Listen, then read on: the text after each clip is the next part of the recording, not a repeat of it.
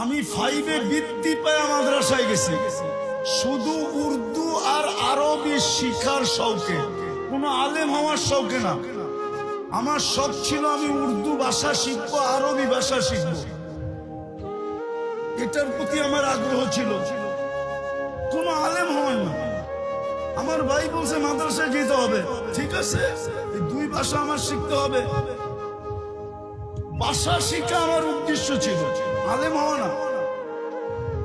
কিন্তু ভাই তো হেকমতে ঢুকায়া দিছে যে এখন তুই বাহির বই আলেম না হইয়া বাহির হবি কি কইরা। পাইপলাইনে ঢুকায়া দিছে, এমন মেশিনে ঢুকায়া দিছে, যেরকমই বানায়া হোক আল্লাহ বানায়া বাহির করে দিছে। তোমাদেরকে উৎসাহিত করার জন্য বলতেছি।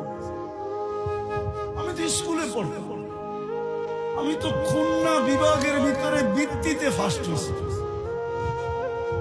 বাংলাদেশের অধিকাংশ ক্যাডেট কলেজ থেকে আমার নামে চিঠি গেছে, যেই ছেলেকে আমরা চাই। আমি তো এখন মেজর জেনারেল হয়ে রিটায়ার্ড করি। বুটের বাড়ির চোটে বাংলাদেশের মাটি কাঁপায়, এখনো আল্লাহ কাঁপায় আরেক লাইনে। মাদ্রাসায় আল্লাহ নিয়ে গেছেন। আমাকে একজন লেখা পাঠাইছে, হুজুর আপনি কি দারুল উলুম, উনি এরকম লেখা পাঠাইছে যে আপনি তো দারুল উলুম দেওবন্দের কাসেম নানুতুবি রহমতুল্লাহ বানানো দারুল উলুম দেওবন্দের কি জানি নিয়মতান্ত্রিক ছাত্র না, তো আপনি কাসেমই লেখেন কেন? অথচ আমার বাংলাদেশি ঠিকানায়, আমার বাংলাদেশের ঠিকানায় বাঙালি হিসাবে দারুল উলুম দেওবন্দের সনদ বাংলাদেশের কেউ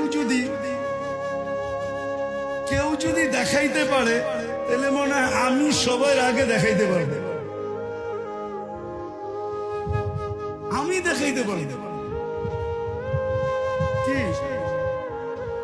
বাংলাদেশি না, দারুল উলুম দেওবন্দ না, না 2 নম্বর সনদ, 1 নম্বর না 2 নম্বর?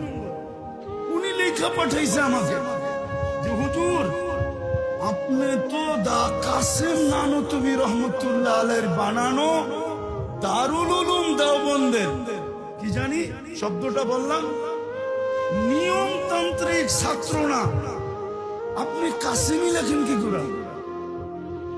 অথচ সনদ আমার পকেটে, আমার বাসায় আছে। শুধু সনদ না, মার্কশিট আছে। শুধু মার্কশিট না, কেরাতেরটা আছে। শুধু কেরাত না, আখলাকি সনদ পর্যন্ত আছে। হ্যাঁ, মুসালসালাত আছে, সব আছে। আজকে আমাদের কাছে রহমত নাই, কসম।